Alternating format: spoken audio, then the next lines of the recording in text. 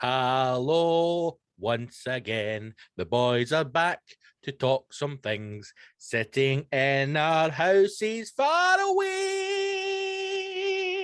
But one day soon we'll be back together in a club in Glasgow City Centre. The hashtag live is next weekend. Will you be joining us? Yes, I will. Okay, episode, don't know, 139, 139. 139, mate. Hashtag show for the heroes available exclusively on the Patreon. Is this a hero episode? This is hero, mate. This is a hero episode. Oh, you're absolutely right. You're absolutely right. Because last week's was full of scum, and I do believe you said let's calm it down a bit. It's too much for those. Well, actually, I said let's calm down the content. Oddly enough, I said let's calm down the hilarity, and you, for a complete change of pace for Malaka Lee, said that you're going to stop referring to them as scum, which took me by surprise because I don't even recognize scum episodes as episodes anymore. I'm all about the heroes. In fact, mate, I'm so much about the heroes. I am almost on board with you to taking it fully on Patreon. Mate, welcome. That's how close I'm to it. That's how close I'm to it. Well, you know, I've been championing that for a while. I know. I think one episode per month for the scum is well more than enough, obviously, because then it keeps, for any of the heroes out there going, just fucking use it all, boys. Well, we need to keep it out there to keep the podcast in circulation, to chart, to let people know, to hopefully capture more heroes, bring them into the fold of madness. That's the, I don't know what the correct word is, because I'm not good with English, know what I mean? Conundrum. It's the pure juxtaposition and all that. Juxtaposition. What we're trying to, we need more. It's a thing. We need more people in the clubhouse. Yes. But how do you get people in the clubhouse without putting them out? Fish out into the scum. Mate, you need to cast that net wide. I mean, if you're a hero, you're also listening to this show, and thank you for making it tick. You were once cast adrift on podcast Bliss. Oh, yeah, aye. And we put our hashtag hook out and reeled you in.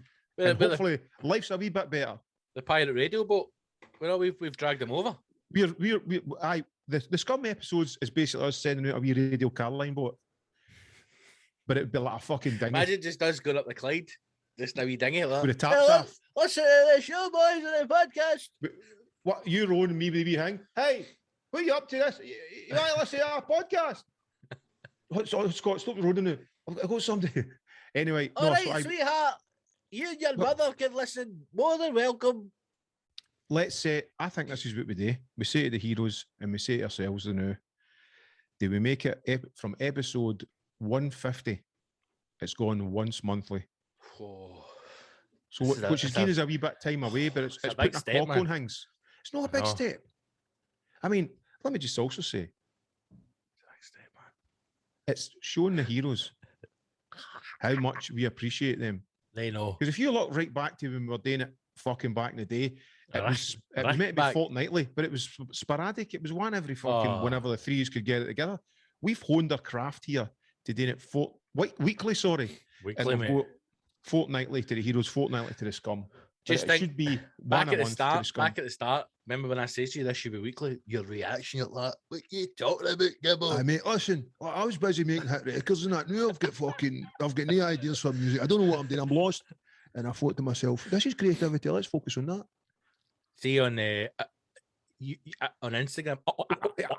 when you get like reels, so it's like fucking TikTok. Just hundreds of videos, right? I'm just scrolling through, looking at dogs, skinny pigs, that kind of thing. But there's all these ones. Animal pussy. Aye, that fucking. I tell you, man. Before I forget, I want to go back to talk about animal pussy. Okay, do you want me to make a note? Scott, animal pussy, right? So, every now and again, videos come up. It's like DJ videos. So there's one that I like. I don't know what the machine is, right? The boy's got decks, CD decks. He's got a wee box next to it, and it's just hundreds of buttons. Yeah. Circle buttons, like 6 in a row, and he plays it. Right? He's playing a techno version actual F. No, that's just a song that I know. But he's just pressing buttons and then he kind of like fucking mixes it, right? And I think I'm watching it, I'm going, sometimes it's a good or sometimes it's a shit. But I like it because he's fucking like he's doing stuff. Right, like when he twists, I don't know what the buttons do, but he twists one, it like pure goes dead, quiet, no, that, and then he twists it, goes back in again, right? But see all the videos of that Tomorrowland? Yep. Mate. Where I'm just fucking touching things they don't even do anything. Mate, there was one I watched, and no, let me just say, she's a model. She's one of the most beautiful women I've ever seen in my life. She's stunning. But she's, first of all, this is how she's got her headphones on. Aye. I like to call that the American football player stance. See if you don't know how to wear your headphones. Right away, right away alarms. No. My wee mate wears his headphones like this. Why? Why? I guess he thinks it's fucking cool. And a certain extent, you go, oh, that's a novelty. But then you go, why? No, I can understand. Can see you smile for a start. If he had like something written on there, like his website. 22, hot. Available for private functions. So if anybody's not seen, basically the bar of your headphones is across your fucking mouth. See, I'd have it across my eyes like Geordie LaForge. Is this some cunt going to cut his arm off? Yeah, your captain. So, all the videos I watched. Geordie for Star Trek. Geordie LaForge. Goddamn, Captain. I'm blind, Captain. I've got these cracking sunglasses. So the videos of that look generally awful, and everybody who's in the crowd looks like a pure hipster wank as well. But what was I going to say to there? The I suppose it's like any industry. Oh, right. You're talking about headphones. So back in the day, my father was a disc jockey, a DJ, a DJ in the sense of weddings, functions, and he was the DJ Ibrox for a while. Yep, right? That's right. Aye. But see, because he was deaf. See, you should just fucking play her as a white noise, man. And he's like, I got no catch this. No, he used to have a phone receiver. As a headphone. As the headphone. That used to be that. There's a lot of big DJ, and it was designed so that it sat on the shoulder and you could go like that. Brilliant. Mate, I can remember like being young and the first time like watching my dad do a function or something. Like, I think it was like a family wedding or something. And I must have been. I was just like, yeah, mate, do you go in for the Shellcoat Proddy Boys? But I'm going. I honestly thought my dad was making a phone call. I was like, there's a phone in the middle of it, but a big white handset. Like, right? Doodle bug, play that in. Aye, it was mad. He was fucking cool back in the day, man. He used to think that he was he had some setup. So he's got his decks, right? 2 sets of decks. So he had obviously vinyl CDs, but then he had television monitors. Right? And karaoke and all that. No, he used to play the music video of the song that he was playing. I mean, that's next level. Cunt was fucking. Cunt was it there, mate. Know what I mean? Terrible feather. He must have absolutely terrible feather. It was a terrible feather because he was focusing on his art. Oh, but he was on his craft, man. He was out grafting. And to be fair, I wouldn't want to be in the house with my mom and 2 young Wayne's Island, man. It was out grafting, man. I mean, it was spinning the ones and twos. Yeah, fuck it. What you want in? Aye, no worries. I'll play the video of that one, I know. Was that a request then? Aye, just pop your phone number down there on what track you want. Aye, phone me in. Yeah, give me a wee tinkle in. Give me a wee tinkle. That's right, I'm a DJ. Can I get a ride? No, I just want a song, mate. Come on. I told you that it was Ibrox, like DJ Ibrox, didn't I? Aye. And then he got sacked because he deliberately got all the substitutions wrong. And he was also a Celtic supporter. Oh, diehard Celtic. But to be fair, like diehard Celtic, like my dad was like he get shit kicked out of him at Hampden. No, it was like forward Celtic, but like diehard Celtic fan. But Campbell Ogilvie, who used to be, but also a money hungry cunt because he was in there. Well, do you know what I think it was? I think he was like him and my grandpa had an awful relationship, so I think they were trying to like rebuild that relationship, and my grandpa got him the job because my grandpa knew Campbell Ogilvie. And they went, if only we can get to support the Rangers, our relationship will be mended. Well, they didn't bother who he supported, but like they just thought he was going to come and do a job. I mean, the thing is, he got paid like £6, right? So it's terrible money. But right.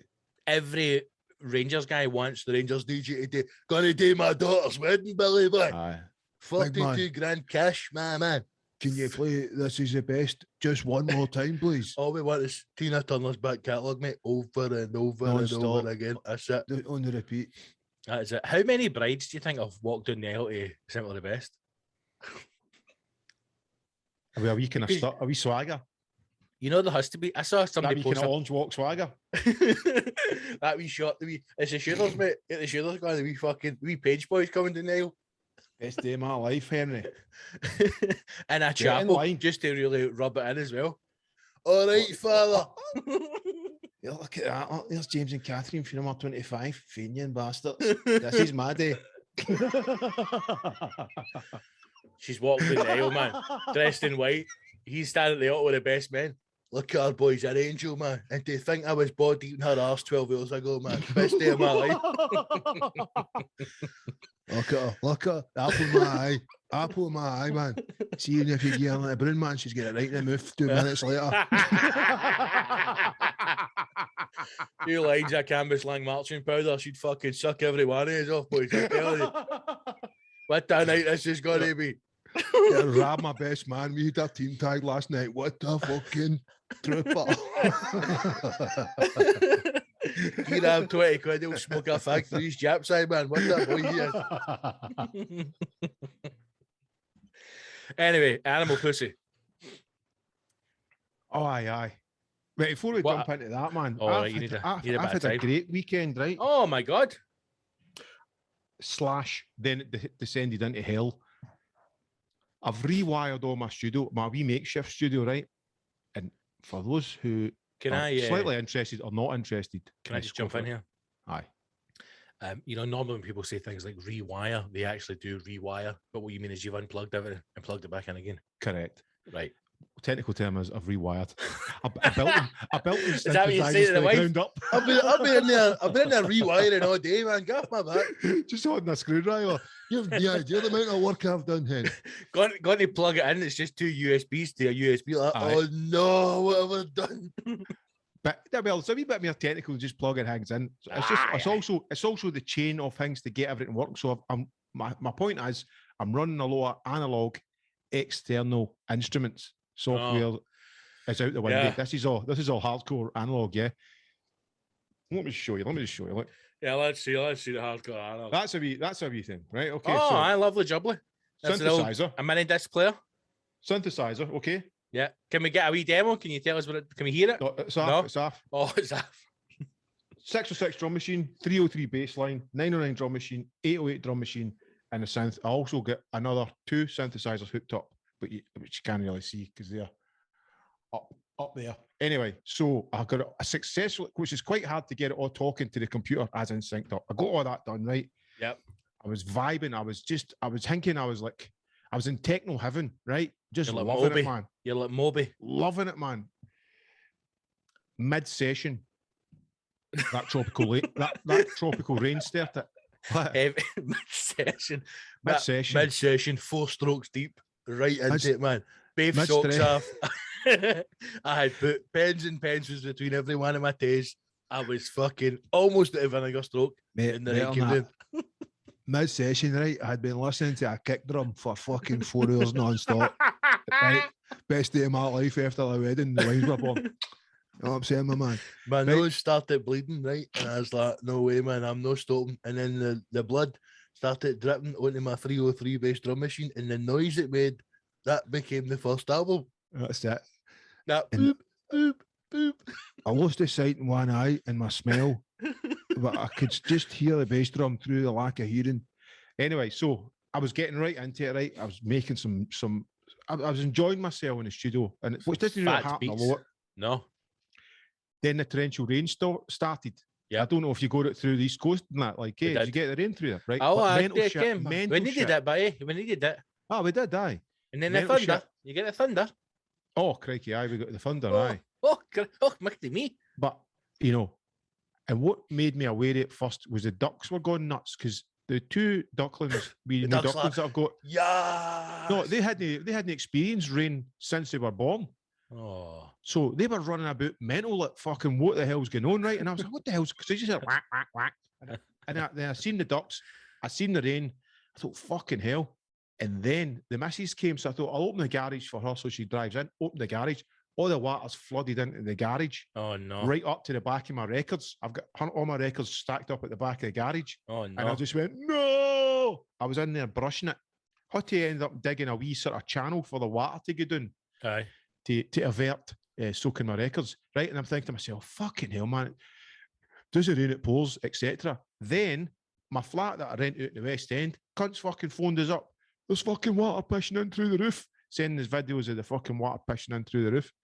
So double whammy, and my streak of creativity was brought to a close because I've now been dealing with leaks, creaks, and fuck's sake, mate. You know, things like that you do. Mate, it's the power of Mother Nature, man. She's fucking, she's a dirty mistress.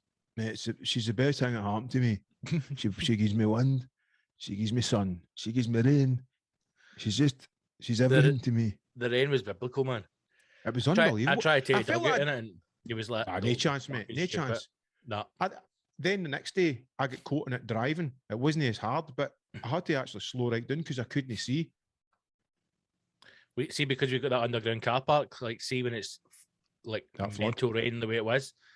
Obviously, the ramp that goes down to the underground bit, mate, it's just like a fucking river that flows in. And oddly, there's a river at the back of the building, right? So they've built a drain system, but the drain obviously goes out into the river, but it can't cope with that volume of water. So they've kind of like just basically leveled off that bit of the car park, so the overflow just flows right out the kind of side bit into the river. So you basically came out the gate and you're just watching a mini river flow down the car park and right out the other side. It was mental. Flowing to the river into the ocean. I think I was like, oh no. But I tell you what, man, here, one part of the world's underwater, the other part's on fire. You seen the fucking pictures for Greece and Turkey? Jesus Christ, mate. Oh my God. Fire. Mate, actually, like literally on fire. They're evacuating folk, aren't they? Oh, there was another video that went up, and they've had it before when they had the wildfires in America. It's the speed that the fire moves it, man. It's terrifying. This thing's time lapsed, so it's a 30-second video, but the whole thing only lasts like 6 minutes in real life. And it's basically a guy kind of looking, and you can see the fire in the distance, and then all of a sudden a car comes in, he gets in the car, they drive off, and then the whole thing just consumes the fucking house, and his whole house is completely gone. Everything completely gone. It's terrible, actually frightening when you see, you know, is this global warming or is this just something that happens kind of thing? You know, well, do you know, interestingly, and I know you don't enjoy news discussions, some of the fires in Greece have been started deliberate. It's arson.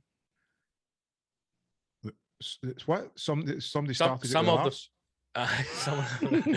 it's an arson attack. Some of the fires have been started with fucking dafties. So can you imagine the people that are losing their house being evacuated and there's cunts out there setting fires deliberate? The reason being capital development.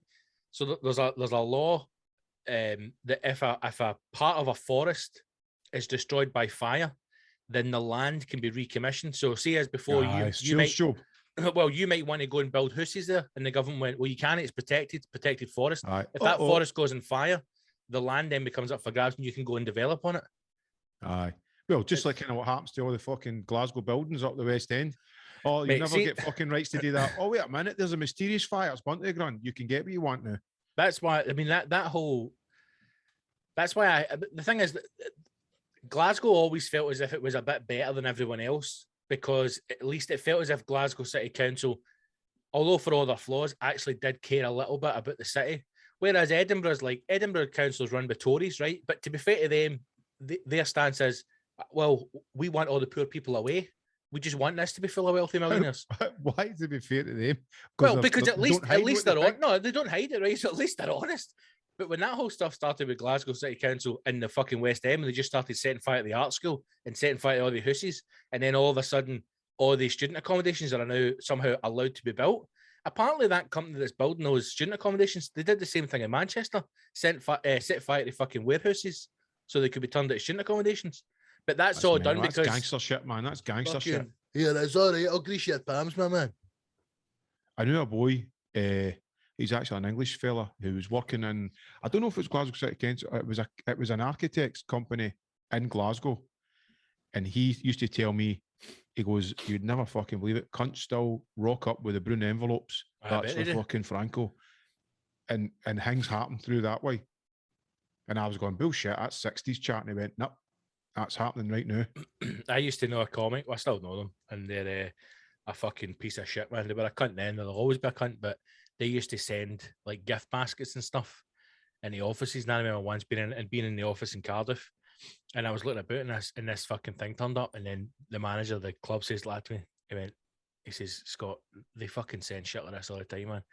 To get gigs or to secure dates and to stuff? try and get gigs and dates. They never got in. I think they might be getting something now, but back then they were getting fuck all, man. But I'm like, that's because they work as a fucking a sparky. They're a trade. Do you mean that's how they think it? They're in that industry. That's how I think it goes.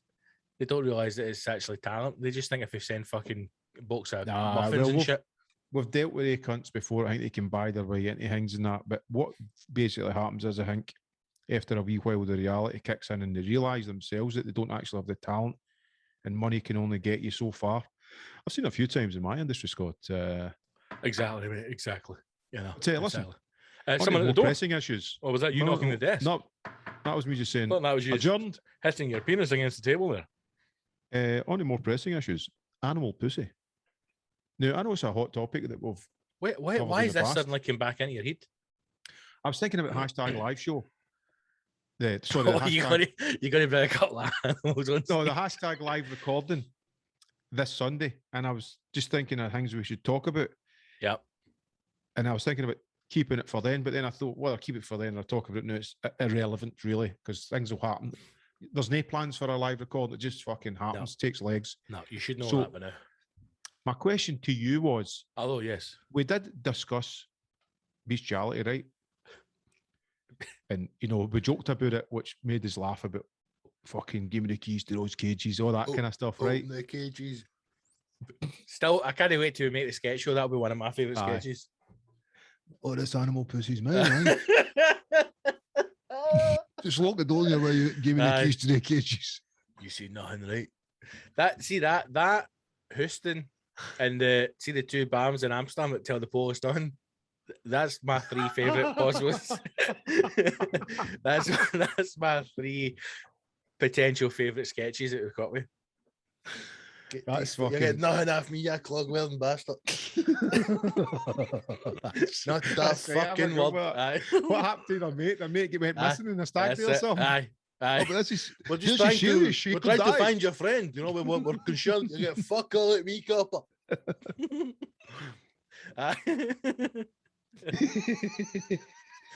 Right, animal pussy. Right, so I was kind of thinking, right? Mm-hmm. Right, just pretend, right? No, let's because it's hard for us to pretend that we are, but let's pretend there is a person who is fucking right into animal minge, right? Minge, right? But is it just fanny? Is it just animal fanny? That was my question. Or was it shagging off? Is it just female, or would they go, I'm no gay, I'm not pumping a guy dog or a guy horse? Would you think they would have a horse? preferences? How would you shag a horse? Well, I'm sure there's ways. I wouldn't be able to tell you right now. You need to get it lie down. I'm not talking about. What a reach around you get for a horse with that big dong? Oh, bend it right through its legs. No, I'm talking about you just get the reach around while you're walking away at the rear or something. But anyway, would there be a preference to like male or female, or does that not matter because it's just about the animal? I don't think it matters, does it? I think it's just shagging animals. There would be, I think what is it, a bestiality guy? What is it, an animal guy? Would have a cheek to tell you he's got a preference because there's a threshold that's already been passed. No, can you imagine like if you had a mate who like shagged animals and he's all no, like it was all open, right? He just shagged animals, but he had like he rescued you for like a burning building, or he done something so that you couldn't get rid of him because he was your mate. And like your wife's like, I can't believe you sang about that. Listen, I know he's a good guy. And then you're out in the club one night and you're going to pull a bird and he's like, mate, she is rotten. You're like, how the fuck can you judge the time when you're out there fucking shagging hamsters? Aye, what you going with for? She's a fucking dog. She is an absolute pig. Aye, but you're right, pigs. Well, there you go. I mean, that's the thing. There any reason or any preference surely is out the window. They would have a cheek to have a preference. I am glad when it comes to things like sexuality. I'm glad that I am not glad. Glad's the wrong word to use. But I was going to say I'm glad that I'm just a straight man because life's easy. Mm-hmm. I mean, see now if I was a gay man, mate, life be easy. I'd be fucking body eating with PlayStation. I think if you were like fucking gay, you would have the greatest time of your life. Now, if you were a gay man, until maybe it came to settling down, I think then it gets trickier. Being probably, I don't know if it's the lesbian sisters have the same problem, but I would say certainly the gay brothers do. I think the gay brothers. I think it comes a point where you've got to move away from temptation. Aye, well, that's that's because like every time you go up to the Highlands and it's always like it's two men that run the wee cafe.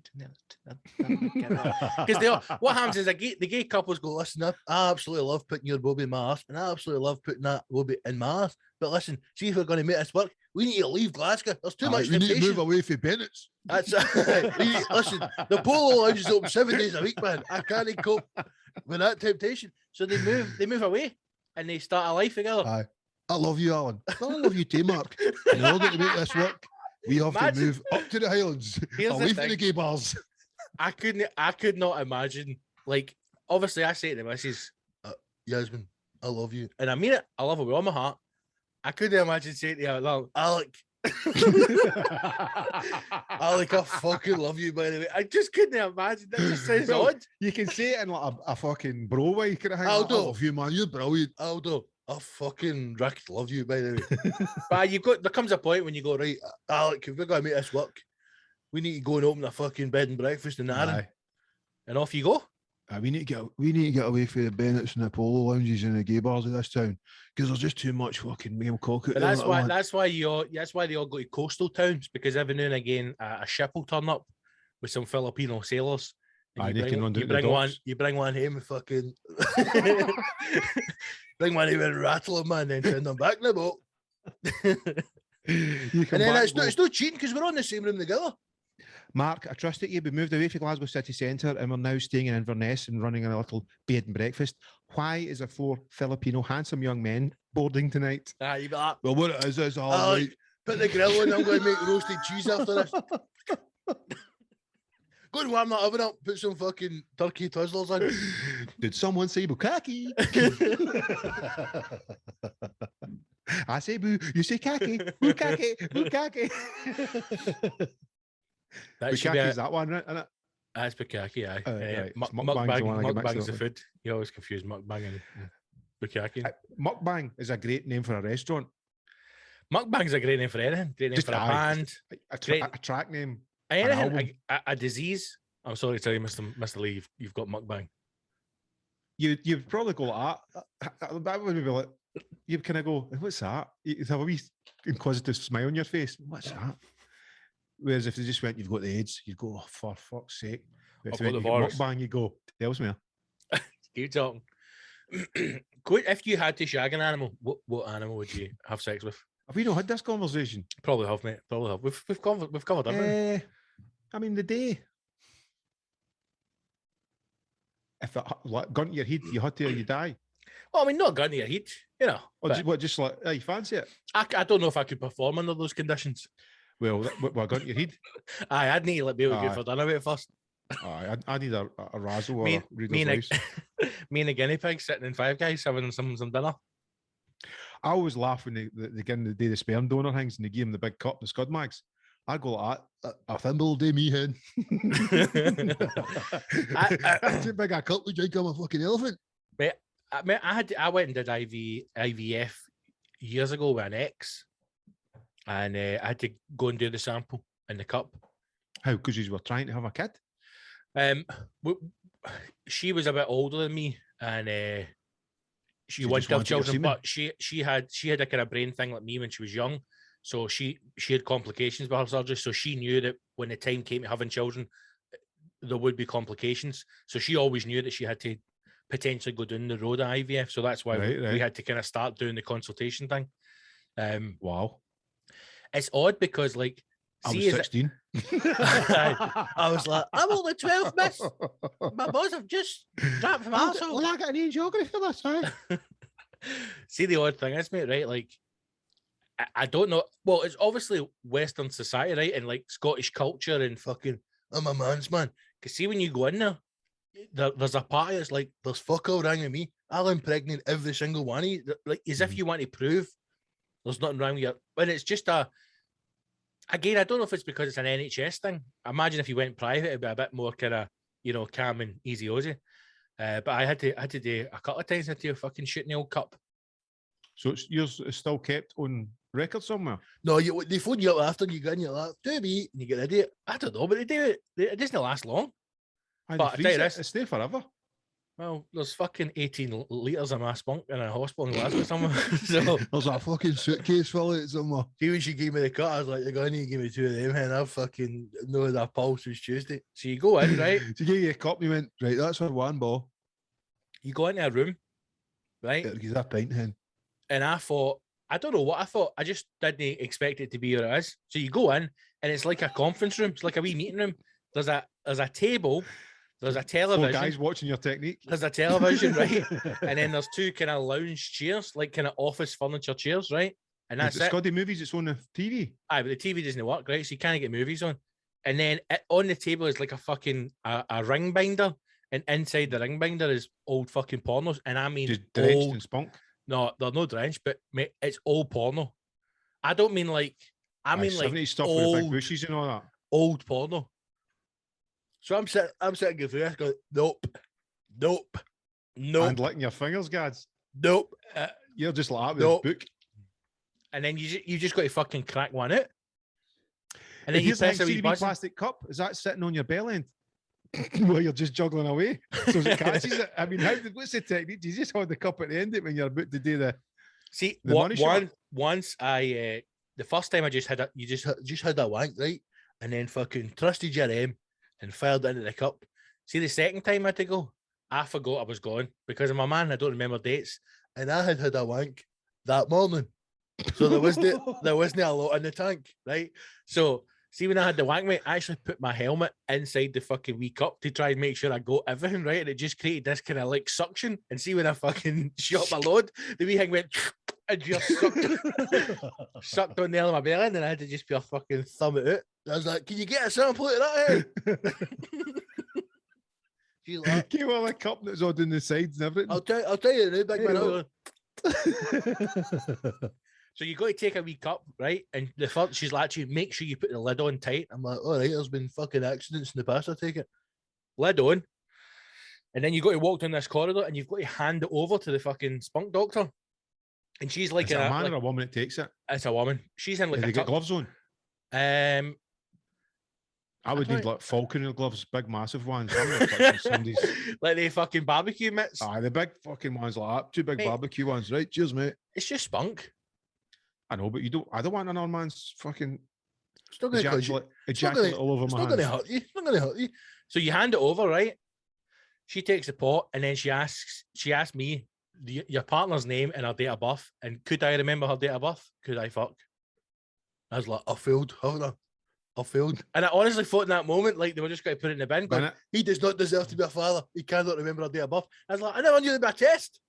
I never knew there'd be a quiz. I'm stressed. This is too much. Interesting if they just went Nate and you went Angelina Jolie. Michael Jackson. It was just hot. It was so the sky, man. It was so like clinical and it was odd, man. It wasn't made to feel like you weren't made to feel comfortable. It was really weird. What if you did that fucking old Mr. Rossi's fucking WhatsApp thing where the guy does it into his horn?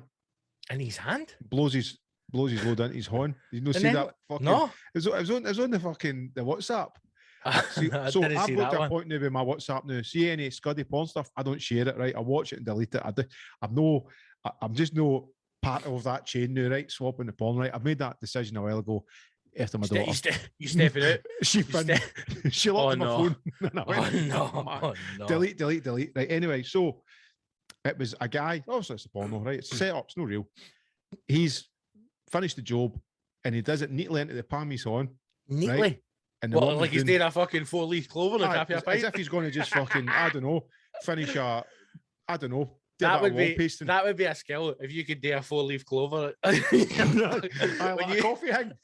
She's lying there, or your partner's lying there, and they're like, "Oh shit, you're loaded on me, Alec." And then she looks down and there's a perfect 4-leaf clover. Beautiful. So he does that, right? He does a wee pattern right into his horn, right? And I'm going, what's going on here? And then he fucking slaps someone in the face. He slapped what himself? With a big fucking cum pie on. With a big cum pie on. Oh, that's right in the face. And then he does that one. And I'm thinking to myself, who's walking away from that going, that was right kinky? That just made me laugh. What? Also, he's got, I mean, if you've done that, you need to pack your bags and leave. He's going to get an email of consent before he does it. Because I tell you what, see when she recovers for that, she's going to kick the fucking living shit at you. That's ridiculous. There's a thing now with the young team. Oh no, I don't want to know this. Especially the sort of, I don't know, all these influencers where there's an app that you need to sign or they have video message or whatever to give consent to have sex before you have sex. So there's no complications as into when and all that after. I heard it on the radio the other day there. It was some influencer is getting grief about something, but he's got an app that he, and they were like, wait a wee minute, what was that? And it's an app that basically is consenting before you have sex. So imagine you're in the heat of the moment, and then you go, if you just like to put your thumb on this app, saying, what's that? All right, sweetheart. So if you could just scan that QR code to sign in for me, that'd be fantastic. And is there 3 in the party? 3 of you, that's great. It's face and minge recognition. So if they use it. I mean, there's there's 2 arguments for that, right?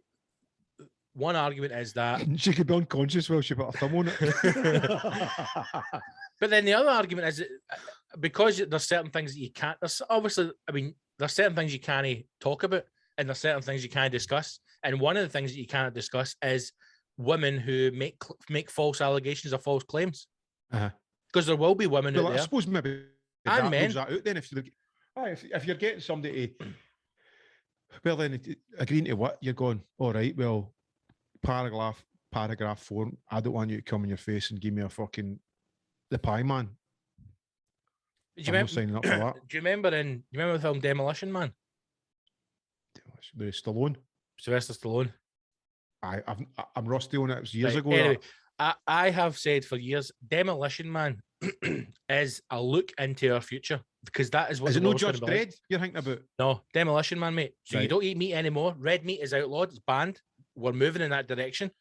Yeah, well, so basically, if you want to enjoy the people who live underground, remember the film? There's that band of pirates that live underground, and they come out and they attack, and they're sent to get them. And Sylvester Stallone thinks that these are the scum of the earth and the degrade, but they're actually the real people. They want to have sex. They want to eat red meat. They want to enjoy their life. They want to drink beer. Right. Everything's outlawed. That's the way life's going to be above ground. You're not going to be able to eat red meat. You're not going to have dairy. You're not going to be able to drink alcohol. You're not going to be able to have sex. You're going to have to get people to sign up to you're going to, if you want to have physical contact with someone, you're going to have to go to the government and get a fucking form stamp so you can go home and basically the fucking vegans and the trendies have taken over, mate. The world's the snowflakes have taken over, mate. Winter is now 10 months of the year. I look for, obviously everything moves in circles and everything bursts and grows and everything else, but I look forward to this kind of millennial, Generation Z fucking everything. Don't be offended, cancel culture. How dare you? We all need a safe space. I look forward to that eventually bursting, and then normal life resumes. No, I think before that happens, it'll be the opposite of that. It'll be anarchy. It'll be a rebellion of fuck this. I've been oppressed too long. Mate. I'm gonna, just be folk walking down the street being racist and pumping in the street. Mate, we've just had fucking 18. We've had 18 months being locked in the house from a fucking invisible virus that nobody can see, nobody can understand if you've got it or if you pass it on. Literally, people's lives have been stopped and nothing happened. If ever there was going to be a time when there was fucking revolution, it would have been during COVID. Nothing's changed. Well, that's because the government have got it so wrong, so right, and fear has controlled us all. I mean, even you and I, as sensible or whatever as we'd like to believe we are programmed to wear a mask, to act and react certain ways and go along with government guidelines, because we have basically said, I will get the vaccines, we want things to move on to get the way they were. That is control and fear. I'm just pissed off. I wish the masks were gone. I always forget to fucking bring my mask, and I hate it. Every fucking time I go to the shop, and then you walk back to the car. Oh, right. And get me every fucking time. I hate keep it. One in the back pocket of my jeans, whatever pair of jeans. I normally have one inside my wallet now all the time, but I'm just like, I've done it even the other day. I parked the car, walked all the way to fucking the front of Sainsbury's, and I went, a fucking mask. That I know they're talking about a third jag, and I'm fucking sick of it. Right, I'm sick of it. Well, on the positive, let's not go down that road. On the positive, Jimmy Cranky's making our announcement today. You know, clubs open last night at 1 minute past midnight. We're on the right tracks. Let's move on and talk about something else. We've got hashtag live this Sunday. It's going to be fucking incredible, right? Yes. I'd also like to say in that, here's my wee plug. 28th of August, I've got my first 1994, which I'm so excited about. First fucking actual DJ gig back. Then September the 11th, I've got my family fun day, which is an old school rave for everybody and the young team. And then on September the 18th, I've got my OTC night, which is me playing all night. I can't wait for them to happen. I don't want to think any negatives. It's just gone full steam ahead. And there, hopefully, rolls onto the 10 more gigs. Like, I'm sure you feel the same, no? 100%. I don't think we're going back. Well, no way we're going back now, but the interesting thing over the next few months is going to be how the government start to make money from the pandemic, how they twist this to make it financially viable for them. That's going to be the thing. The new tax year, it'll be VAT and tax is going to go up. Well, yeah, everyone's fucking gas and liquor bills are already going up, aren't they? All right. And also any raw materials, woods, concretes, all that. If you've ever, I'm sure there's loads of listeners that have been doing a bit of DIY or whatever, get any prices for any materials. Mate, it's because every fucker, all these furloughed bastards were building fucking pubs in the bottom of their garden. They've used up all the MDF. What the fuck, no, my man? Right, I've got a news story for you. Go for it. It's about health, men's health. And we're really bringing this message to the heroes because we want you all to live a long, happy, healthy life. Yeah. And this article is from Harvard University in America. And the article is claiming why men should masturbate 21 times a month, according to science. I thought you were going to say a day there. No, 21 times a month, according to science. 3 weeks on, 1 week off is what they're suggesting. Researchers from over 18, mate. They're not going to say, listen, if you're 7.5, you should be fucking rattling one out. Right. If you're, I'd say for 14 to 18, you do 21 times a day, easy. A day? Aye. A day is it? Well, did you ever get that period where it was just, you discovered that it was the wank wall. Computer? The wank wall. The wank wall. That's what it's called. So there's a point in a young man's life when he discovers masturbation. He refines his technique, and then he has to conquer the wank wall. And the wank wall is you batter out as many as you can in one day to see what your limit is. Right. Wow, I've never done that. You've never? I've never went to see how many. I've never even counted. I've just enjoyed the experience. You have to. You've got to sit one day in the house, just clear a room in the house, and just knock it out. I've done it with riding. You need to try and get to double figures. I don't want to be crass, but you get to the point of how many rides I've done one day. I'm not talking horses, Gibbo. You need to do a wank wall, mate. You get to the point where it's red raw, it's like a hot poker, and there's nothing coming. It's just like, that's the wall. Just a cloud of dust that comes just out. Like, every time when you come, it just goes, stop. Enough. And you've got everything, you've got fucking every kind of soluble rubbed into your boy just to lubricate it. It looks like a fucking set of chapped lips. Oh, mate, it looks like it's been hit with a fucking hammer. So, researchers from Harvard University released a recent study published in the European Urology suggests that men who climax 21 times or more per month may have their chance of prostate cancer slashed by up to a third. The study consists of questionnaires given to 32,000 men over the age of 18 and over an 18-month period, with ejaculation frequency determined the year before questionnaire distribution between the ages of 20 to 29, as well as 40 to 49. You fall in that category, my man. Study appears to show a statistically significant reduction in prostate cancer cases when men masturbate frequently. Around 1 in 7 men will experience prostate cancer in the United States, closely similar to the UK, during their lifetime. Last year alone, there was 160,000 people diagnosed. Out of those, nearly 27,000 died. The risk severely increases over the age of 65, with over 85% of cases being diagnosed in this age range. So if you are a man out there at any age, but particularly over the age of 40, you need to be rattling out at least 21 wanks a month to reduce your risk of prostate cancer. I got 21 wanks to go. Mate, everybody in the house, if you've got a family, you'll have a family calendar. It'll have all the dates up there that your partner puts on.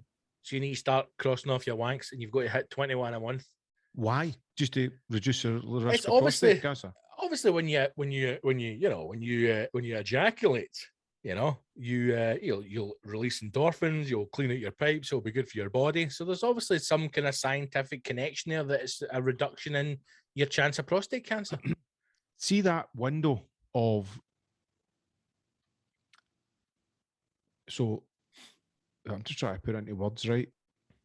Oh, here we go. When you shoot a load, right, to the ends, see that window of during ecstasy. That I would love to have that feeling.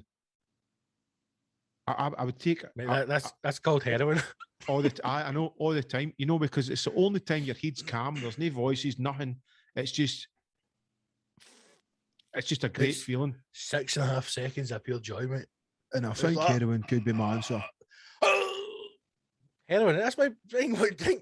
This is what I've always thought about heroin. When people say like, he was fucking mad on the heroin. Do you think that people take heroin and they go, oh, that was all right? Or try to take it and they're like, in the name of the Viva. No, they just take it and they go, oh, and then you see them, they end up walking about Asda. Aye, loving life. Loving life. No, then noon again, they'll stop and go, what? Mate, I've often seen some of the fucking junk bags kicking about Leaf, and I've went, that cunt has got a better life than I have. They've always got brilliant trainers. That's what freaks me out. Brand new trainers, full tracky. Because Berghaus for the elements. Because you've got a fucking council who's bought and paid for, and you've got fucking £200 a week in your pocket to go and spend in fucking year. You've got all the jungle juice you can drink. You give it to the chemist just to top you up. No, I'm on the methadone program in 16 different chemists, mate. It's fucking brilliant. It's there you go. If you want to reduce your risk of prostate cancer, 21 times a month. But I've got to stress, you need to have a balanced diet. Well, there you go. I couldn't perform to it. I could. Hey, listen. Hey, mate, you don't need to have a ride. You just have a wee quiet wank. That's all. I could do. No, listen. 21 rides. 21 rides. Geez, 21 fucking shuffles. Fun and booted for me, Gibbo. I'm out, mate. 21 shuffles too much, but 21 rides. I did 21 rides. But no 21 shuffles. Mate, listen. See when you're married, mate. You're lucky if you get one. Yeah, don't talk to me about that fucking carry on, man. See if I could get 21 rides a month. Jesus, fuck me. I'd be the happiest man on the planet. This is what I don't understand. Men are fucking simple. We generally are simple. We want fed and we want fucked, and that's it. That is it. If there's any heroines listening there, that's all your no, forget a cuddle. That's all your man wants. Let him watch old fucking replays of Top Gear. Feed him his dinner and then let him ride you. And he'll do anything for you. He'll clean the bath. He'll fucking pay a bill. He'll do whatever he wants. Why did you leave your last boyfriend in, Gibbo? Want to tell the audience, will you? Why did I leave my last boyfriend? If you've got all sorts to do, why did you leave your last boyfriend? My last girlfriend? Boyfriend. Fuck dead and fuck. I've not got a boyfriend, mate. What? I thought you were. I know what you're talking about now. Have you lost the plot? If you have, what I'm saying to you is, if you've fathomed it out, why did you leave your last boyfriend? What? Because you know how to treat a man. What are you talking about? I'm talking about. Right. You know how to treat a man. You know what a man wants. Right, listen, feed him fucking. I'll tell you something. So why did it for you? See if I could go over that last step of liking cock, mate. I'd be the best boyfriend on the planet. I know for a fact. I'd be the fucking best boyfriend ever. I'm telling you. No, you wouldn't. How would you know? How would you know? No stress. You know how a man works. I know what my man wants. Exactly. Right? So you're thinking. Skelp it up his helmet. Have you wrestled before you go to bed? Imagine sitting there being a fucking happy gay man and your boyfriend comes in like, yeah, you want to deliver out? You're like, fucking damn ready. Then you want to put your bell in, my mouth? Fucking yes, man. Happy days. Do you want to do a bit of shagging before or after dinner? It's up to you. What about both? All right, catching. No, I think you're thinking the gay life would be good because you're going, right, it'd be brilliant, right? I just feel like lying about. Nobody want me to clean up. Nobody want me to do anything. I'd be lying my own shite. fucking ordering takeaway food and just blazing into his arsehole 27. No, you still 24/7. You'd still tidy up. I mean, I like a clean house, mate. I'm not a fucking monster. Get your cock out my mouth. I've got to go to work. Do you know the only thing I got like? Are you on the early shift today? Oh shit! Fucking hell! What you like, man? Just waking up, you're fucking knee deep in the pillows, just at the bell end in the mouth. Morton. Do you know the only thing I hate doing is fucking washing clothes, hanging up clothes, ironing clothes, fold. I hate it, man. No, listen, see if you're like the champion gay, the man gay, you just be like to him, you better get that fucking washing done. You're free to come. I would be on my fucking my grinder profile. Must enjoy washing. What is it? It's the S&M hang. It's like what is it? A subverse? What is it? A dominatrix and what's the one that does all the other tail? It gets kicked in the sack. You know what I'm talking about? There's two different types. There's a dominatrix. Dom and a sub. And sub. What is it? A sub what? Submissive. A submissive, right? So you'd be like, right, I'm heavy gay, looking for the heavy perfect gay. man. Yeah, I'm heavy gay. How gay are you, mate? Heavy gay, my man. Mate, you'll never meet a better gay man than me. I'm heavy gay. I'm heavy gay, man. I'm 18 stone of gayness, my man. Watch you for him, man. He's heavy gay. What, he's not just gay? He's heavy gay, mate. What? Mate, he's heavy gay. What does that mean? Seen every episode of fucking Queer Eye and RuPaul. Heavy gay. But that's on your profile. Heavy gay. Right. Looking for a wee sub to deal with the washing. And then don't worry about the riding. I've got that under control. Aye. Mate, see if I had money. Like, see if I won. Or just money. No, just money. But see if I won the lottery. And I bought like I'm talking like serious lottery money, right? See if I won heavy like money, 14 grand or something like that, right? Life changing money, right? I'd have a big house, but the only thing I'd never think like I'd have a chef or anything like that because I like cooking, and I'd have time to cook because I wouldn't be stressing about the hustle. But I would either have somebody to like do my washing, or do what that mad boy. Do what that mad rapper does, mate. No one like just pops tags and then fucking throws it away. Does he wear the same thing twice? I'm like, You still doing that with your socks, or is that out the window now? Since lockdown, I've had to stop that, but there is a chance it's going to be coming back strong. Jesus fucking wet. Do you know what I think I need to start doing? I think I need to buy. Grown up. Here's why I started it, right? I enjoy the sensation of a fresh sock on my foot, right? But I think what I need is buy expensive socks. I'll tell you how this happened. See, years ago, right? I went into a shop, right? Could have been Marks and Spencer's, I don't know. But I went into a shop, a high street shop, to buy socks, and I was appalled at the price of socks. Appalled, right? And the very same day, I went to Asda and I got fucking 5 pair of socks for like $2.50. And I went, that is how much a sock should be. But maybe I need to go and spend £20-30 on socks. See what you want to do? You go to Costco and you get a bag of fucking Nike sports socks and then a bag of Nike or Puma ankle socks, and they'll last you for ages. And then if a hole goes in them after a wee while, you fling them in the bin, and then you go back up and get them. You don't need to buy fucking big funky tartan ones or I need to get brand new white ones or whatever it is. I've been saying for a while, I need to get a Costco card. Do you know what? I need to go up to Costco and just say to the woman, listen, Sandra, what is it I need to give you for me to get in here? What do I need to do? I need like heady paper or something, or my business account details or some shit. You just go up and go, I'm mates with Cheeky Mal. No, I know, but that doesn't work. I've tried that. You just go up and you take, I think you need to take a DNA sample.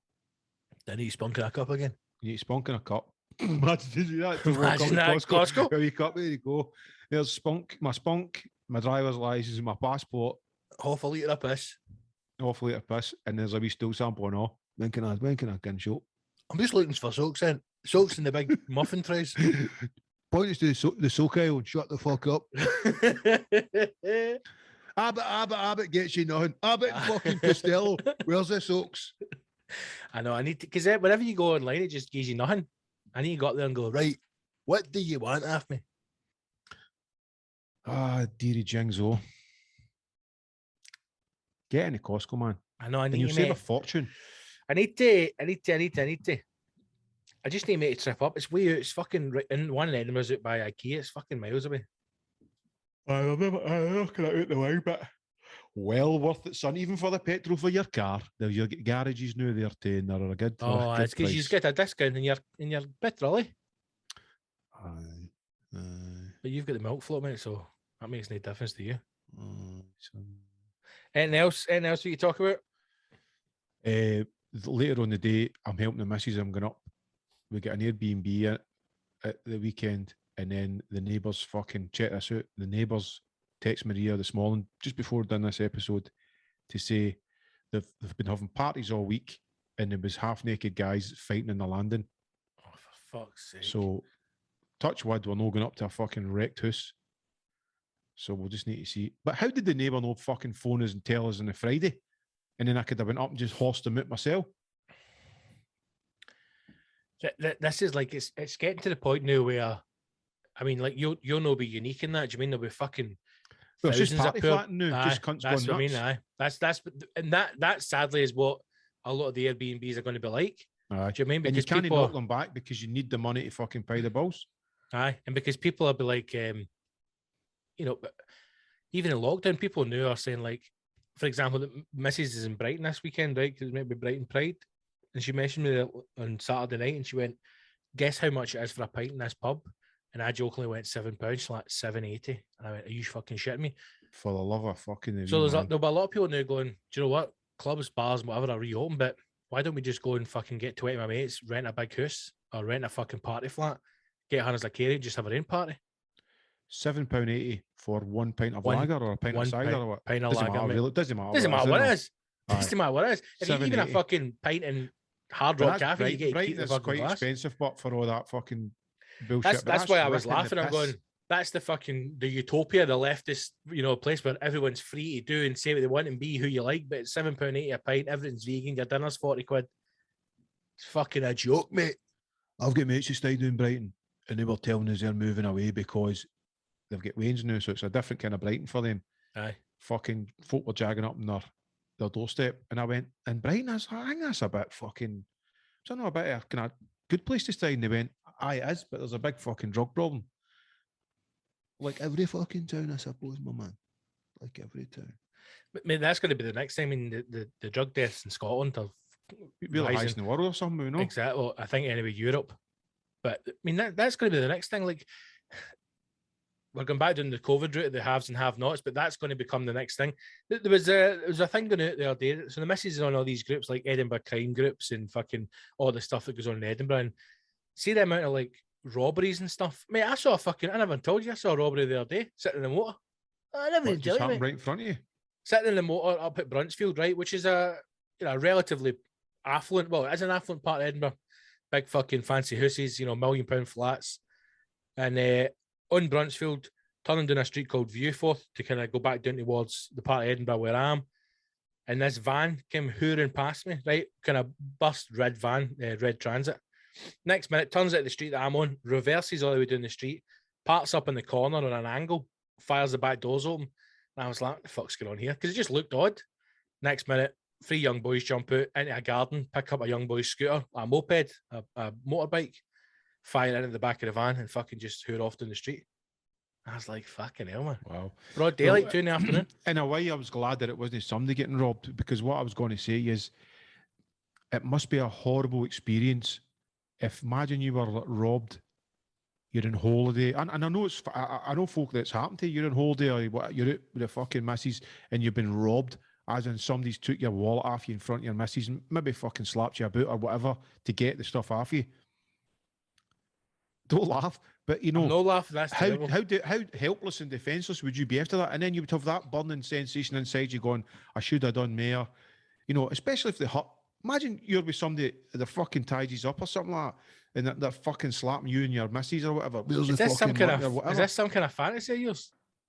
No, it happened to Kim Kardashian and Jesus when they were out in the Paris weekend or something like that. But that's like, remember when all the fucking Liverpool boys get their houses robbed? When they're all sitting going, is this live, man? You're telling me they're in Istanbul? And then tore around their houses and robbed the houses.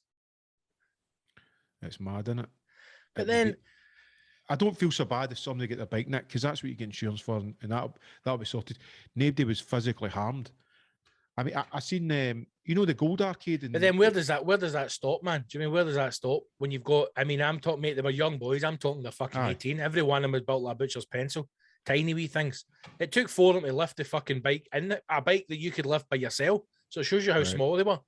Where does that? It's organised then if they know where they're going and what they're grabbing. Oh, because they would have walked up and down the street, or they would have seen it or whatever. But then if you start off at being 18-year-old and you're fucking robbing mopeds, then the next thing is you're going to be robbing fucking pensioners or shops or I mean, what's the next thing? I've never had a house robbed that I've lived in, but I know a friend of mine who has that I went to school with, and I can't even begin to imagine the feeling that must be like when you come home. Like his mom couldn't cope with it. They had to move house. They came back for a holiday, and the fucking back window had been panned in. The house was absolutely ransacked. I can't even begin to imagine what that feeling must be like. You would feel unsafe in your own home.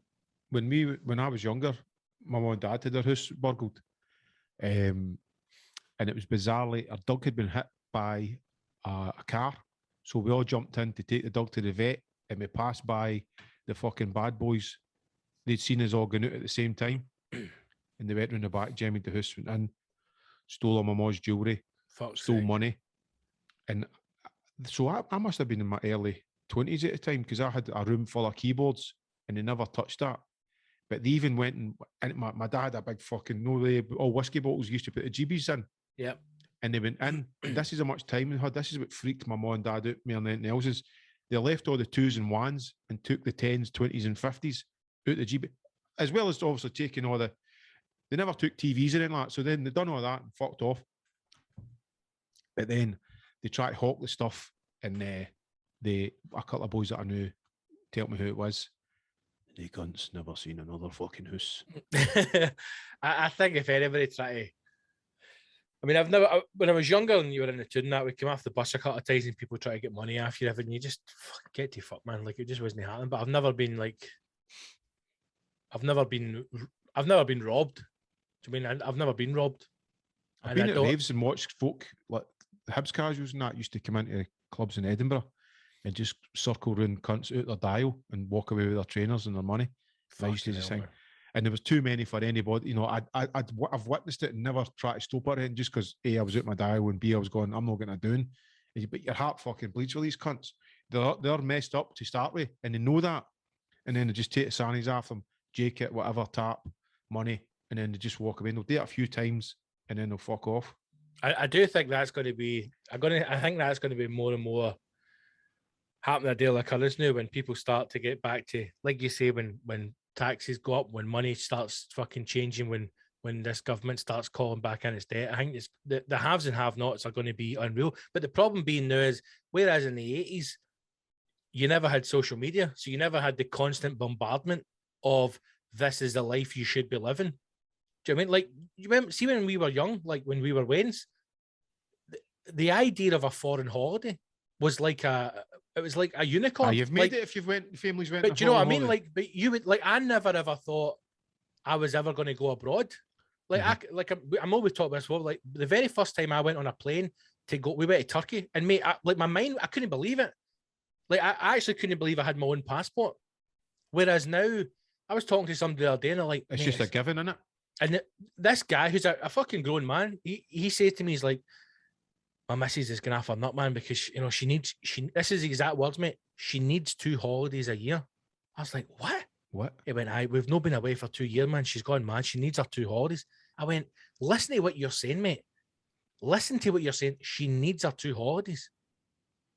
This is what you're going to get. Every day you're getting all the shit on social media, all these influencers, and all that fucking bollocks, that bullshit lifestyle. Get the new iPhone, buy the new fucking clays, get a new motor, redesign your house, fucking, and everybody wants stuff. Everybody wants everything, and that's only going to get worse. And then you're going to be pushed to the shit they can't afford, and put in the credit card, and then you're pushed to the point where you're going, right, I need to fucking get money. I'm going to have to go and rob a house. Yeah, I need cash. I need to do something. I think that guy's getting mixed up, and obviously his bird's getting mixed up. It's not that she needs 2 holidays a year. She needs 2 breaks a year if she's working hard. I get that. You don't particularly need to go anywhere. You could just have a long weekend or a week off. But people think that's not a holiday. They have to go somewhere. That's no, you don't need to go anywhere. But those people is a state of mind, Gibbo. Happiness is a state of mind, my man. That type of person, what they're actually saying is, I need to create content for my social media. I don't need a holiday. I don't need a break. I need to live up to the expectations of others. I need to go somewhere sunny and expensive to take pictures in a bikini that I can then post over the next couple of weeks to make people think that I'm living this great life. Mate, there was a study that came out the other day, right, talking about how we shouldn't be working 5 days a week anymore. Life has changed. The world's changed. People used to work 5 days a week when a man, and this isn't being sexist, a man would go to work Monday to Friday, 9 to 5, and he would come home and the housewife would be looking after the house. She'd look after the children. She'd done the cooking. She'd done the cleaning. And then you would settle down and you had the night. No, that doesn't exist because mum and dad, both people, everybody in the partnership, both these are going out to work. And you're not working 9 to 5 because 9 to 5 doesn't exist. You've got to leave the house at 8 o'clock because you're there an hour early. You're out the house 10, 11 hours a day. Then you come back in. You've got to make some dinner. You've got to clean up the house. You've got to do this. Before you know it, you sit down. You've just done a fucking 14, 15 hour day. You get something to eat and then you go to your bed and you do that 5 days a week. And then at the weekend, you have a half bottle of gin and a Sunday you're hungover. Life has changed so much, but yet we're stuck in this system of you've got to work fucking 40 hours a week. You've got that isn't right, man. We're programmed basically, living to work instead of work to live. But then if you did go down to the 4-day week, what would happen? It wouldn't be 8 hours a day, it'd be 12 hours a day to make up for the fucking the 1 day you're getting off. There's no way you're going about it. I know that, but then that's the thing, is just try to people need to restructure your life so that you can survive on 1 day less salary a year. Do you know what I mean? I mean, it's getting to the point now where even people with an average job will probably have to have a second stream of income. Like having a second source of income will just become the norm. Whether that is you sell, you sell something maybe in an Etsy store, or you do one other thing that gives you a couple of £100 a month. That's going to become the new norm, and that life shouldn't be like that. Do you know what I mean? It shouldn't be. You should be able just to go and you should be able to go and do a job, and that job support your family and support your life. Aye, with minimum wage and all that. What's minimum wage? It's fucking bullshit, isn't it? But mate, this is the problem with minimum wage. Minimum wage now is, or the living wage is over a tenner. But you think to yourself, £10 an hour is fucking nothing because, bread's £2, milk's £2. You want a pint, it's $7.80. To lighten it up a wee bit, right? My daughter has just started a wee Saturday job, right? And she's basically working in my sister-in-law's hairdresser, making the teas, washing the hair, brushing the flare, right? Right. She's only done a couple of trial things in there to see if she likes it, and obviously for my sister-in-law to see if she's going to be suitable for the job, right? So she's only done it 2 or 3 Saturdays there. Just as she's doing what, a few hours, and my sister-in-law's gave her, I think, 20 or 30 quid, right? So we're dropping her off and picking her up, kind of thing, right? Where is it? Is it close to the home? Is it Paisley? It's close. It's close to the house, right? It's not far away. This is our first experience in having a job, right? And so she's leaving that place, and she was like, "It's actually brilliant. It's great." And I was like, "Oh, so what are you doing?" She said, "I was just washing the hair, and I was talking to the women. I was making the tea. I was brushing the floor. I was making sure that everything was all right." And she went, "And Auntie Jackie's paid us as well, right?" And I was like, "That's brilliant," because we didn't think she was just trying it out, kind of. So she gave her like 30 quid or something like that for the day, and she was like, "I feel really bad about getting this money because I've not really done anything." And I went, "Well, what have you done?" And she went, "Well, I washed hair, I made the tea, I brushed the floor, everything." And I said, "Well, that's what work is. You're doing something to help, and you're getting paid for that." She went, "But that's no work. That's no hard work. I'm just helping my auntie." And there's a wee bit, maybe I'm just getting glazed over because I'm the dad, right? But there's a wee bit of me that just really liked that innocence. I don't understand how you don't see the innocence in that. I think it's fucking dynamite. Because I have said to you since the fucking day I've known you, Malockley, This daughter, this fucking daughter controls you. She fucking controls you, mate. Because I guarantee this. See if your boy came back for a day and went, I mean, I didn't even deserve you. Like, you're fucking right, you wee dick. Now you can give me that 30 quid. You fucking wee arsehole. Shit, mate. This has to end, man. I don't know what she needs to do, but this needs to end. You're sitting up here going, am I just being glazed over you? Yes, you are. Yes. You're fucking right. Aye. Like you're glazed up like a fucking crispy Korean donut. Mate, wrapped in your finger. There's enough there for your dad. Aye, exactly. I bet you fucking did as well. That's how you can't get a studio built, because you're funding that fucking me lasses 30 grand a week. This doesn't even feel like real work, Dad, because you give me £1,000 every week for my pocket money, and I get far enough for doing fuck all in that in the house. No, but to be fair, she did say, you know, she feels like she does more work in the house. And we don't pay her. I love it when Wednesday, like when you're young, you think, I want my pocket money and everything else. You're going, I'm getting fucking free room and board here, man. I'm getting my dinners, like requesting food as well. Aye.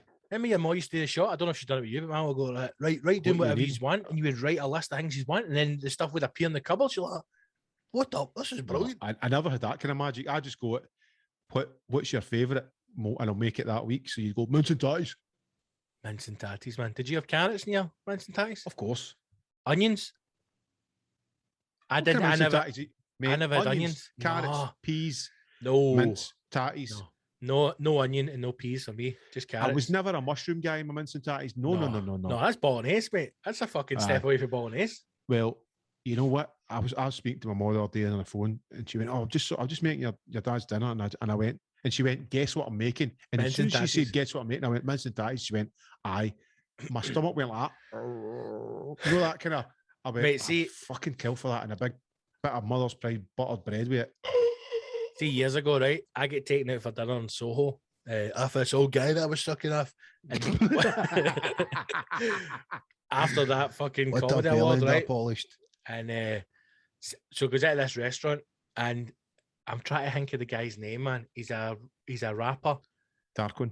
No, and it's like, what is his song? Oh. What, you were out with him? No, so it's basically like one of these private members clubs in Soho, but it's like a restaurant. Okay. So you basically walk in this front door and it looks like a big Edwardian house, and this guy's standing there, and I went, I think I'm in the wrong place. And then I remember the staff going like, hey, can I help? And I was like, I'm here to see so-and-so for dinner. And like, oh yes, and they took me through. Is it? I can't. I'll Google and find it. China Whites? No. So goes in. Long story short, sits down, table at the back, beautiful big fucking room. Going down the menu. They've got mince and tatties, mate, on it. Mince and tatties on the menu in this fucking fancy Swanky London place. And I went, do you know what? Fuck it, I'm on mince and tatties. One of the best mince and tatties. I've never even thought about that as a concept, mate, like restaurant mince and tatties. That's next level shit. It was unreal, man. And see, when I ordered it, they all looked at me as if like, what? And then see when it came, mate, it was spectacular. What sides did you have with that? How does that work on a plate? So it was just this beautiful white plate. And I remember because it had this kind of like wee rim around it, and then it had a letter. I think it was an A. I think whatever the name of the restaurant was, like it began with an A. So this wee, and it's like, you know, when they put the plate down, they turn it so like the letter's facing you, so it's facing all that. Yes. So the whole plate is just mince. So it's just mince, big on the full plate, filled the full plate of mince, and then I had a side boiled potatoes with like the parsley on top of it, and then I had carrots and I think cabbage. I never had the cabbage, but they were the two, and they came in wee silver bowls next to it. And mate, see the potatoes, man, they were unreal, and the mince was pure stick to your rib stuff, man. Like you'd scoop it up. Oh, it was amazing. I don't get the boiled potatoes. For me, mince and pataskis needs to be mashed potatoes, mate. No, I like boiled because then you can mash the boiled if you want, and then okay, or you just slice it up. Because I don't mind mashed potato, but see with mince, I like boiled potatoes, and then if I want, I can mash them up because it's a different texture. It's a different texture for mashed potato. Yeah, do you know what I mean? And then what I really needed was thick, shite white bread with butter to mop it up. I never had that. That was the only thing I was missing. Well, you were in a wanky restaurant, but I get it. Here it is, but right. We always do this just before lunch. Aye. What about this, right? It's no. I mentioned tatties. What's the potatoes that's fried? It's oven potatoes. What? With mince. Roast potatoes. Roast potatoes. What about that? Would that work? Because you're getting the crunch any and potato it's nice and work, fluffy inside. What if you got like a big roasty, the full size of the plate? A big baked potato type of thing? No, you know, a roasty, like a hash brown. Uh-huh. But make it a circle, the full size of the plate, and then put the mince on top of it. So What, it's like almost like a cake. Oh, a cake. A mince and potato. I can't say mince and potatoes. Mince and potato cake. It's a mince and cake. I'll take a mince and potato. It comes from a small Italian village. It's a mince and potato. Every time I come out of Scotland, I tell the mince potato. I love it. Oh, it's very good. Mince potato, the cranach, and a bottle of bro. I love we it. do the deep fried Mars bar, the mince potato. We do the. all my friends in Scotland say the mince potato is one of the greatest meals I ever had. A mince potato, a big man, a 2 pickles. Mince potato for the lady, mince potato for the man. Okay, 4 mince potato. Okay. Hey, boss, see your birthday tonight? I mince potato. Welcome to Luigi's, and tonight as a special, we got the mince potato. Excuse me, the mince potato. The what? The mince and the potato. What, are you fucking deaf? The mince potato. Bon potato. Amazing. Mate, we should open a mince and potato rest. Just call it mince and potato. Mince. It could be Indian. Mince and potato. Mince and keep it a half. Oh, a garlic naan and a mince and potato. Mince and potatoes. Oh, mate, I'm honestly, I'm just thinking about having that mince and potatoes in that restaurant. It was amazing. I would love to have mince and potatoes. Mince and potatoes is one of the things. I want to say mince and potatoes now. It's one of those. It's one of those meals where someone else has to make it for you because it isn't the same if you make it. You make it yourself. I've made it myself in the house, and it just doesn't. It just doesn't taste the same. It's someone else. You've got to sit down, and someone else has just got to present a plate of mince and potato to you. But saying that, I've not had it for that long. Even if I made it myself, I think I would still just demolish it. I told you I made Cullen skink, didn't I? You would. And it was fucking next level. I'm not just blowing my own trumpet here. It was next level amazing. I reckon I'd go ball deep with the mince and potato. I bought my stuff yesterday to make. I'm making Balmoral chicken for my dinner tonight. Oh, what is that? Just chicken stuff with haggis wrapped in bacon. Nothing fancy, but it just sounds nice. Chicken breast inside it. Chicken breast. Batter it out really flat. Yes. Put a cigar of haggis in the middle. Yes. Roll it up. Oh, okay. Streaky bacon or Parma ham or prosciutto. Yes. Put the chicken on top of that. Roll that up. Roll it in cling film. Dead tight so it makes like a cigar. Put it in the fridge for an hour so it hardens up a wee bit. Fry it in a pan just to makes it crispy. Put it in the oven, 220 minutes. Done. Bish bash bosh, mince and potato. Beautiful, mate. Then you cut the tips off, that's for the dog. And then you slice up, you put it on mashed potato, and then beautiful. Well, beautiful, man. Whiskey sauce on top, lovely. I had the chicken the other night there, and it was one of the chickens that just tasted of nothing. And there's nothing more disappointing when you get a nice bit of chicken and there's no taste on it, and you just go, that could be anything. Aye, I could be eating Doug, Alsatian, who knows?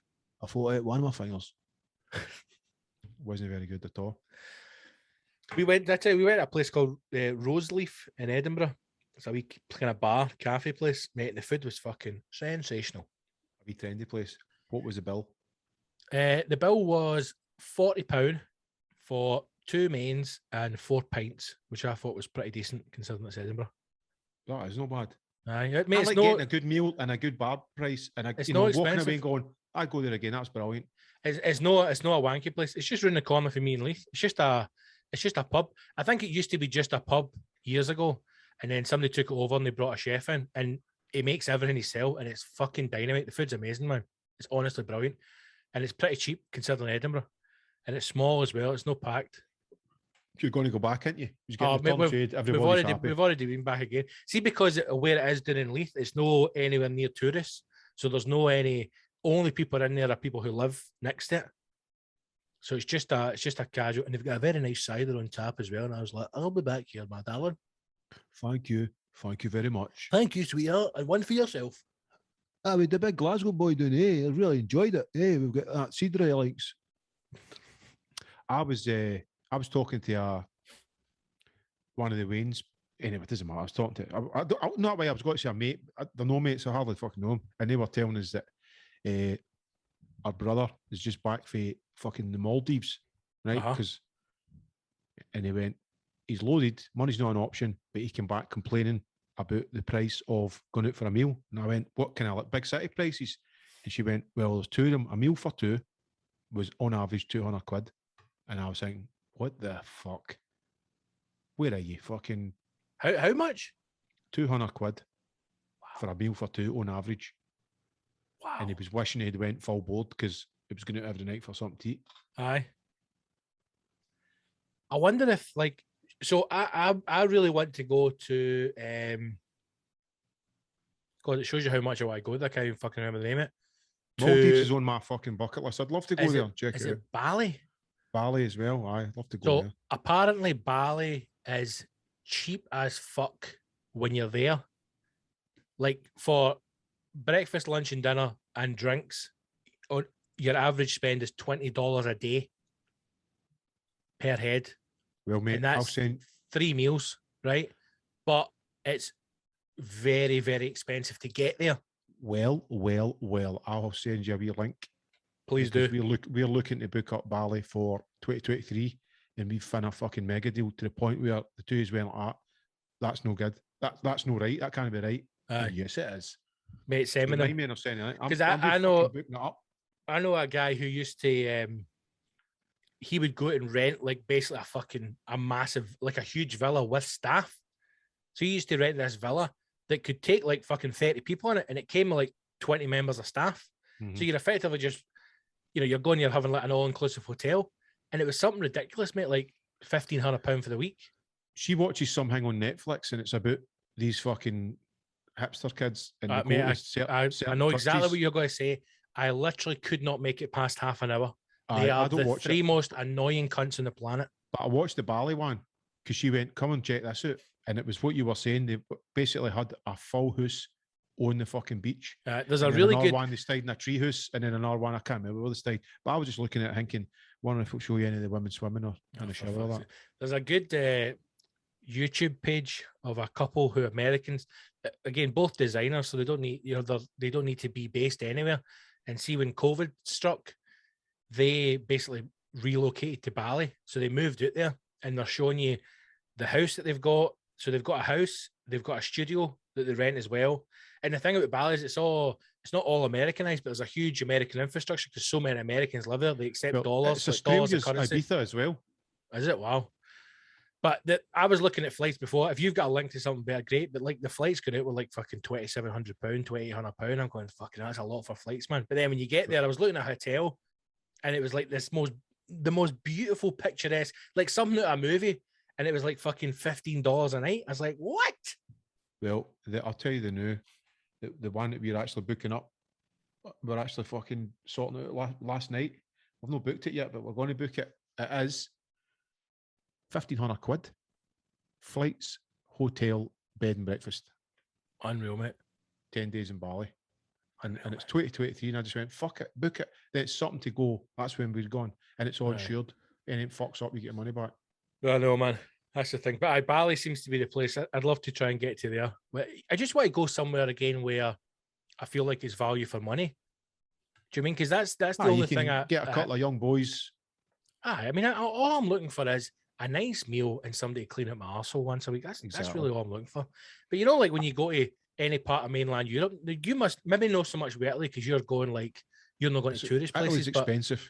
But you're getting the piss ripped at you. Like that's why I'll not go back to Spain again, because like the prices now for like accommodation in Spain, and even when you get there, the strength of euro, I'm like, I used to love going to Spain. I loved it. I loved the food. I loved the people.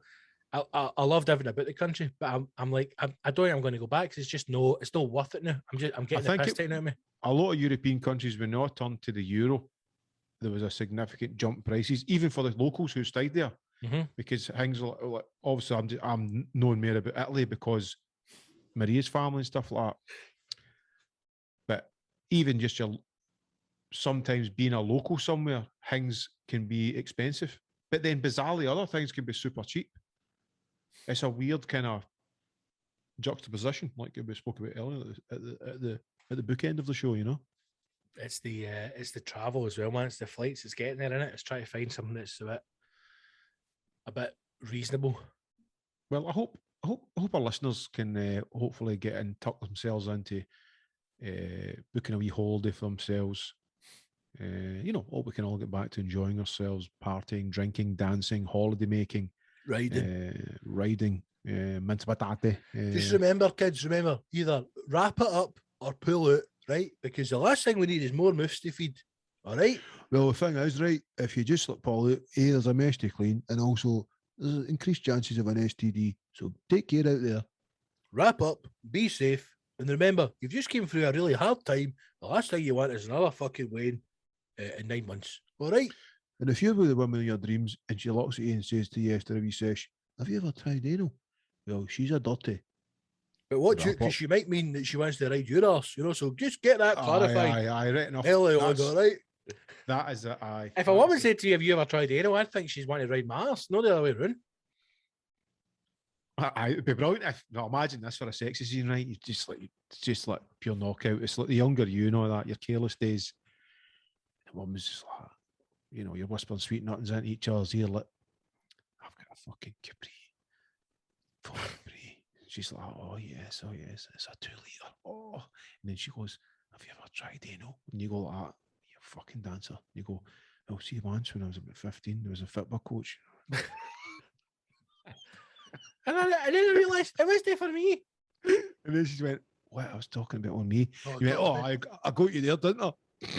I was only joking. I knew that. Oh, no way, man. A woman's arse, disgusting, man.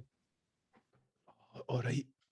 Well, I was only kidding about that football coach, right? But hey, the football coach could have been a woman. Well, you never know. Could be trans. Whoa. Aye. Don't go there. You're going to get us cancelled.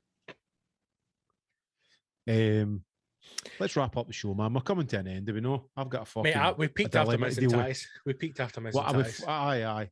I'm going to try and go... You've got water coming in every angle. No, today, because the rain's off. It's good it's a flat, so everybody's fucking trying to get it... Everybody at the affected side's trying to get it fixed. Because I don't stay there, I guess I'm no overwhelmed by it, but I need to get it fixed. I tell you what, man, see if I could go back in time to when I was fucking 17 at school, I would just be like, get a trade. Get a fucking trade. But I want to be an artist. Get the fucking trade. Would you like to have a trade? I'd love to have a trade, mate. But like, I've not got the patience for a trade because I tried the DIY now and I'll lose my shit. I think I'd joiner. I think I'd like to be a joiner. I wanted to be a joiner. I get knocked back for being a joiner. Did you? Get a job as a joiner. Small hands. I tell you the story with I took the rabbit hutch and the Scuddy cairds in it. You remember that? What? I went for a job at Edinburgh City Council, which is the nearest council to me. They were looking for fucking joiners, electricians, blah, blah. I went for the joiner, sitting down to interview, and they ask you to bring something that you've made at Craft and Design. Right. So I brought, it was a kitchen wall unit that I had made with a wine rack in it that my father christened, as soon as he looked at it, the rabbit hutch, because that's what he thought I had made. It was that fucking bad. Right.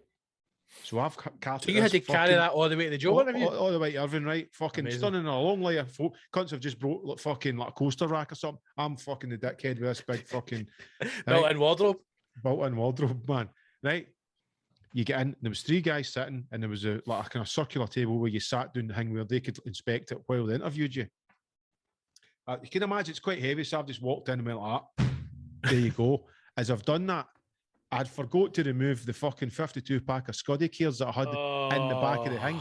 They splayed out all over the fucking table, right? I'm talking 70s porn, big bushes, everything, right? Surely that would got boys up for a laugh. Well, they wouldn't forget me for a chance. No. And then the guy went like that. Are you Mallorca Lee's boy, aye? And I went, aye, that's right. And they went, no bother, thanks for coming, son. And I had to do the 52-card pickup, put it back in, and they just walk out the fucking room. Fucking hell. And I never got a job as a joiner, Scott. That's shocking, mate. But look at me now. Look at me now. Look at me now. I'm going to fucking Bali in 2 years. Yeah, counts, man. Yeah, that's it. I'd love to be a joiner. £56 a month for 2 years. I'm going to Bali, all right. Get it round you fucking tradesman. You. I don't need to work with you, Irvine Council. Huh? You've came to my gigs. Huh?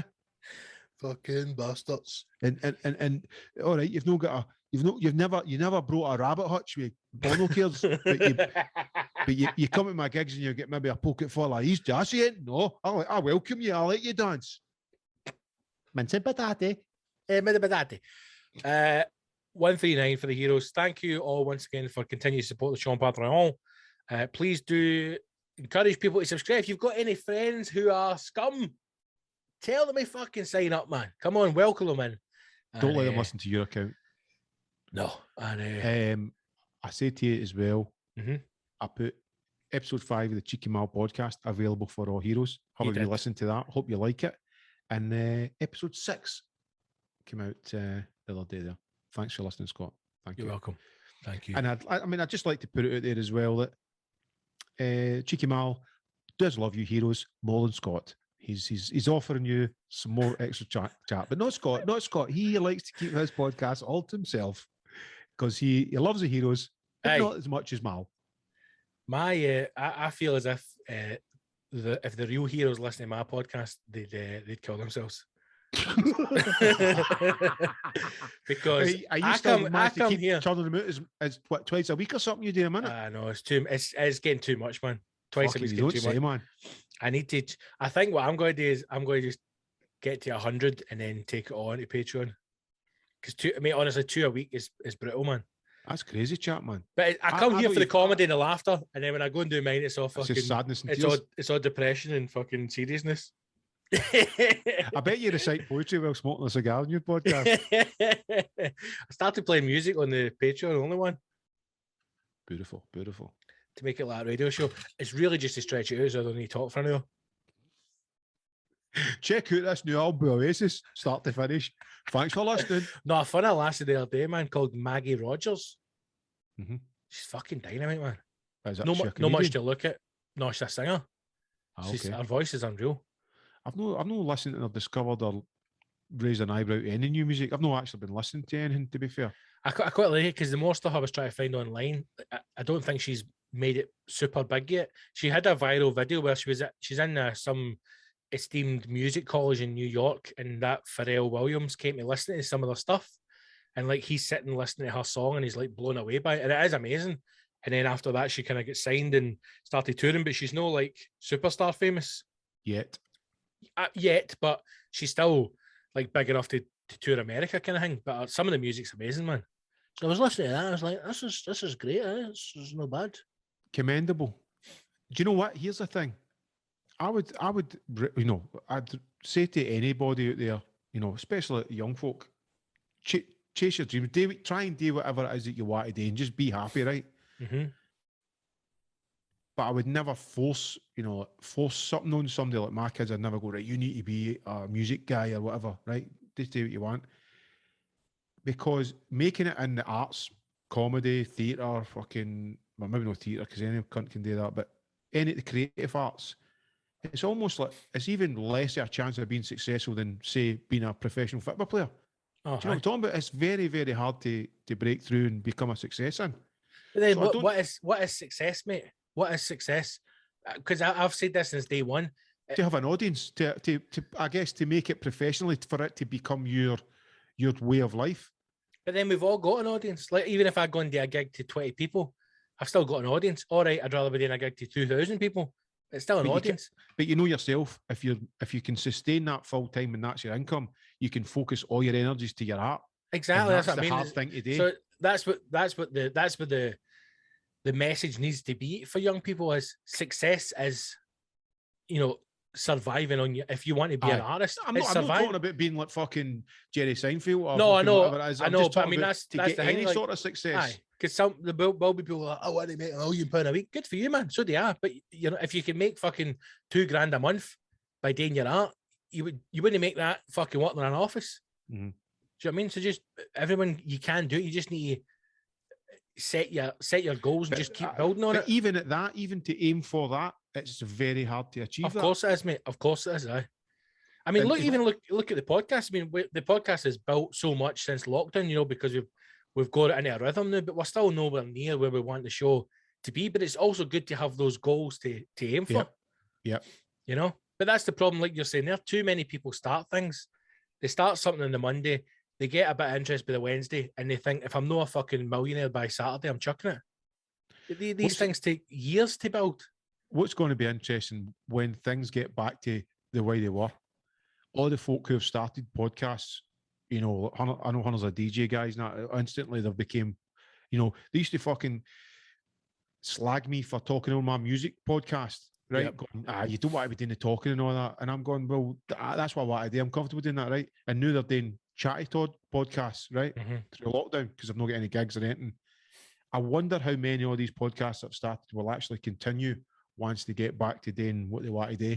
Very few. Very few. I know that. Very few. Very few.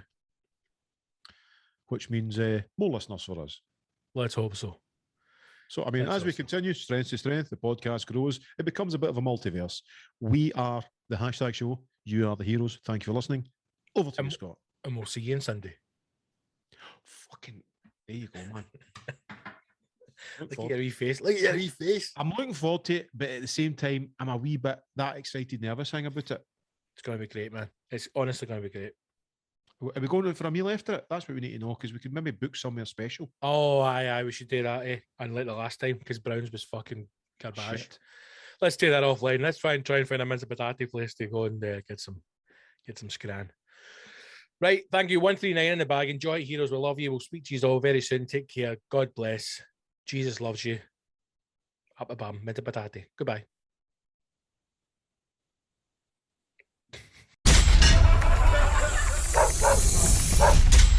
Bye, everybody. Thank you. Good night. Okay. Great. Good night.